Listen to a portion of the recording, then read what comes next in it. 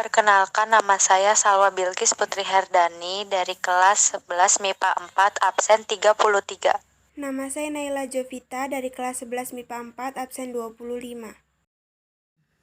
Nama Dina Soraya, kelas 11 MIPA 4 absen 10. Faza Ilham, absen 14, 11 MIPA 4. Varian Akbar Al-Faji, absen 35, kelas 11 MIPA 4. Perkenalkan, nama saya Heru Ridho Arifuddin dari kelas 11 MIPA 4 absen 8. Teknologi sistem sirkulasi. Sistem peredaran darah atau sistem kardiovaskular atau yang disebut sistem sirkulasi adalah suatu sistem organ yang berfungsi memindahkan zat dan nutrisi ke sel. Ada 6 teknologi sistem sirkulasi, yaitu teknologi elektrokardiograf, transplantasi jantung, terapi gen, angioplasti, operasi bypass, dan teknologi pacemaker. Teknologi elektrokardiogram. Elektrokardiogram adalah pemeriksaan untuk mengukur dan merekam aktivitas listrik jantung. Umumnya dilakukan untuk memeriksa kondisi jantung dan menilai efektivitas pengobatan penyakit jantung. Kemudian akan mengevaluasi aktivitas listrik jantung pasien melalui monitor. Selain itu, grafik yang menunjukkan aktivitas listrik jantung pasien juga dapat dicetak di kertas dan dilampirkan pada rekam medis pasien. Elektrokardiogram dapat digunakan untuk mendeteksi kondisi-kondisi berikut: serangan jantung, kardiomiopati, gangguan irama jantung, penyakit jantung koroner, gangguan elektrolit, keracunan obat-obatan. Berikut adalah prosedur elektrokardiogram. Bisa dilakukan di klinik atau rumah sakit dengan lama pemeriksaan kurang lebih 10 menit. Lalu, pasien akan diminta mengganti semua pakaian dengan baju operasi, kemudian mencopot perhiasan atau benda apapun di tubuh yang bisa memengaruhi hasil pemeriksaan. Kemudian diminta untuk berbaring di tempat tidur. Selanjutnya, elektroda yang tersambung dengan mesin EKG akan ditempelkan di dada, lengan, dan tungkai. Mesin EKG akan merekam aktivitas listrik jantung pasien dan menampilkannya dalam bentuk grafik gelombang listrik di monitor. Efek samping elektrokardiogram umumnya aman dan sangat jarang menimbulkan efek samping apapun. Namun, pada beberapa kasus, pasien mengalami reaksi alergi kulit terhadap elektroda yang ditempelkan di tubuh. Pasien juga mungkin akan mengalami sedikit sakit saat elektroda dicabut dari kulit. Transplantasi jantung adalah proses pengangkatan jantung yang sudah tidak bekerja secara optimal dan menggantinya. Dengan prosedur transplantasi jantung, aman dilakukan selama pasien menjalani pemeriksaan secara rutin setelahnya. Syarat untuk melakukan transplantasi jantung: mengalami gagal jantung yang parah, memiliki peluang hidup yang rendah bila tidak mendapatkan donor jantung, tidak merokok, memiliki kondisi yang cukup sehat untuk menjalani operasi serta perawatan selama dan setelah transplantasi, bersedia dan mampu mengikuti program medis yang diberikan oleh tim dokter. Tahapan transplantasi jantung. Yang pertama, tahapan menemukan donor yang tepat. Yang kedua, tahapan mengangkat jantung penerima donor. Yang ketiga, memasang jantung dari donor.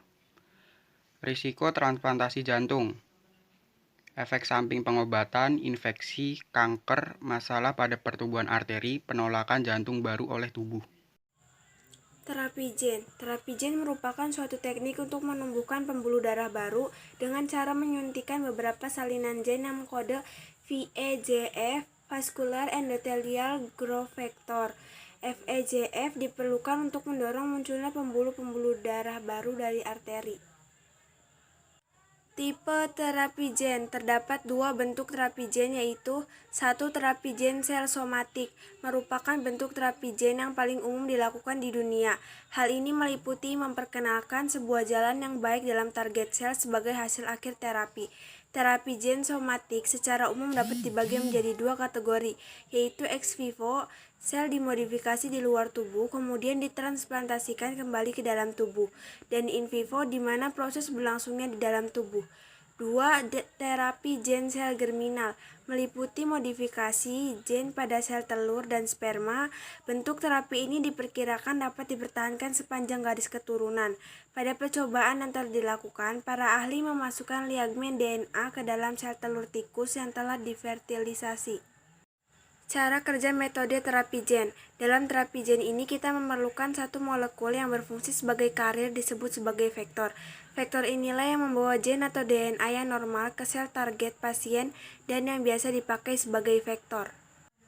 Pengobatan dengan gen terapi meliputi 1. Imunoterapi, menggunakan sel yang telah dimodifikasi secara genetik dari partikel virus untuk menstimulir sistem imun tubuh sehingga mampu mengalahkan keganasan sel kanker.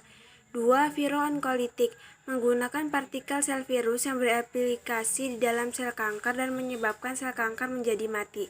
3. Transfer gen. Teknik ini relatif baru dengan cara memperkenalkan gen 2 yang dimasukkan ke dalam sel kanker atau mengelilingi jaringan kanker sehingga dapat menghentikan pertumbuhan dan menghancurkan sel kanker. Beberapa jenis virus yang digunakan untuk terapi gen. 1. Retrovirus, golongan virus yang dapat membuat rantai ganda DNA dari genomnya dan disatukan dengan kromosom sel inangnya, misalnya HIV, Human Deficiency Virus. 2. Adenovirus, golongan virus dengan rantai DNA gandanya dapat menyebabkan infeksi pada saluran pernapasan, saluran pencernaan, dan menimbulkan kematian, misalnya virus influenza. 3. Adeno-associated virus. Virusnya kecil, mempunyai single-stranded DNA dan dapat memasukkan material genetik di tempat spesifik pada kromosom 19. 4.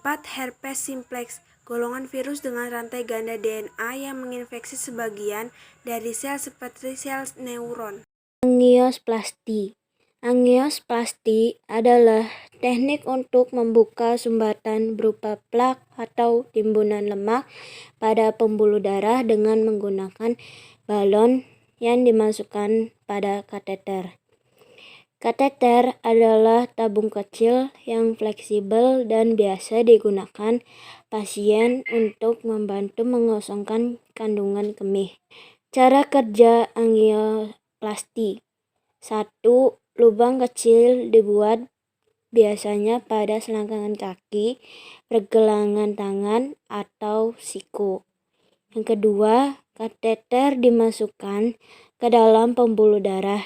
Yang ketiga, kontras disuntikan melalui kateter supaya dokter dapat melihat arteri pada layar X-ray. Yang keempat, setelah kateter sampai ke arteri tersumbat, dokter meletakkan balon pada bagian arteri tersumbat. Yang kelima, balon dikembangkan untuk membuka penyumbatan sehingga aliran darah kembali normal. Beberapa risiko lainnya yang terkait dengan angioplasti koroner meliputi yang pertama, pendarahan, penggumpalan, atau memar pada tempat sisipan. Yang kedua, jaringan paru terbentuk di dalam stent. Yang ketiga, detak jantung tidak teratur atau aritmia. Yang keempat, kerusakan pembuluh darah, katup jantung, atau arteri. Yang kelima, serangan jantung kembali. Yang keenam, kerusakan ginjal, terutama pada orang yang sebelumnya mengalami masalah ginjal. Yang kedelapan, stroke, komplikasi yang langka terjadi. Operasi bypass. Operasi bypass jantung adalah tindakan untuk mengatasi penyumbatan atau penyempitan pembuluh darah arteri koroner pada pasien penyakit jantung koroner. Operasi ini dilakukan dengan cara mencangkok atau graf pembuluh darah dari bagian tubuh lain untuk kemudian ditempelkan dan dijahit ke otot jantung yang mengalami kerusakan akibat penyumbatan pembuluh darah jantung. Langkah-langkah operasi secara umum. 1. Pengambilan sepotong pembuluh darah atau graf dari tungkai lengan dan balik tulang dada. 2. Fungsi jantung dialihkan ke mesin jantung sehingga jantung berhenti berdenyut. 3. Penjahitan pembuluh darah graf ke pembuluh darah jantung koroner. 4. Penjahitan graf ke aorta. 5. Fungsi jantung dialihkan kembali dari mesin jantung. Resiko operasi bypass. 1. Nyeri. 2. Efek samping akibat anestesi seperti mual, sakit kepala, dan gangguan pernapasan. 3. Demam. 4. Pendarahan atau infeksi pada luka sayatan operasi. 5. Masalah pada jantung seperti gangguan irama jantung atau aritmia dan serangan jantung berulang. 6. kerusakan organ seperti gagal ginjal dan kerusakan paru-paru. 7. Dan stroke. Terima kasih. Pacemaker merupakan alat pemacu detak jantung untuk menstabilkan detak jantung dengan memberi impuls listrik kekuatan ringan. Pacemaker bekerja sesuai dengan informasi yang diterima ke dalam pulsi generator melalui LED, lalu mengirimkan sinyal listrik kembali ke elektroda di ujung LED di dinding jantung. Cara pemasangan pacemaker. 1. Transvenus.